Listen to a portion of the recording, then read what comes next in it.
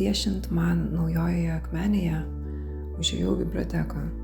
Ten sutikau bibliotekininkę ir susipažinau.